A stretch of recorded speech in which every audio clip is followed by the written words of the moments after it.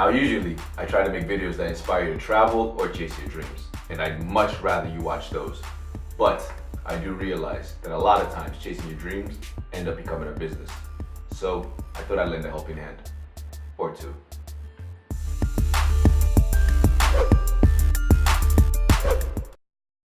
This is one of those videos that shouldn't take more than 3 minutes, but knowing me, I'll probably find a way to do that by over-explaining. The days in inventory ratio.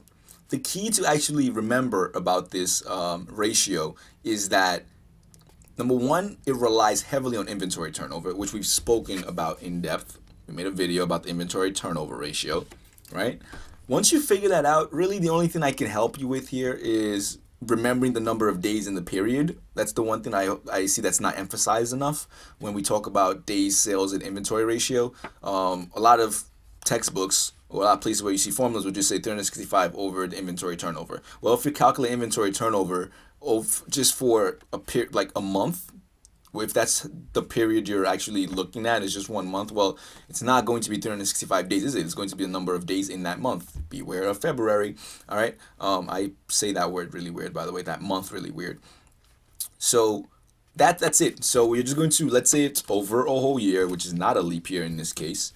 That's all I can really tell you to watch out for with day sales inventory ratio. The key here is that inventory turnover tells you how often, how many times that you're taking your inventory and you're turning it into things you've actually sold, which is a good thing. And you want to know how many days that is, like how many days is it that your inventory sits on shelf. That's the best way I can explain it. So I've accumulated all this stuff that I want to sell. How long does it stay with me before it becomes someone else's? Before I trade in, it becomes someone else's property. Days sales and inventory. It's again, business, people panic a lot, but days sales and inventory ratio, it is what it is. It's telling you right there, how many days is this sitting as inventory as opposed to being someone else's property. So let's say 365, the number of days. So we're looking at inventory turnover that's been calculated over a whole year. That's not a leap year.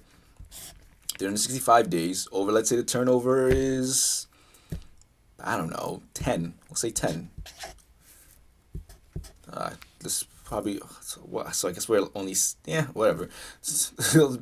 We're a weird industry. I guess they're not talking to a lot of customers in this industry.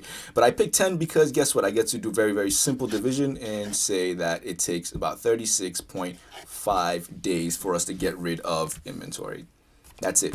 I don't know how many seconds. Oh, it's under 3 minutes. Look at that. So day sales and inventory, we calculate number of days, inventory turnover, and we see that, number of days of the year, the inventory turnover, and we see how many days we are keeping the things that we hope to sell with us as opposed to actually selling it to someone.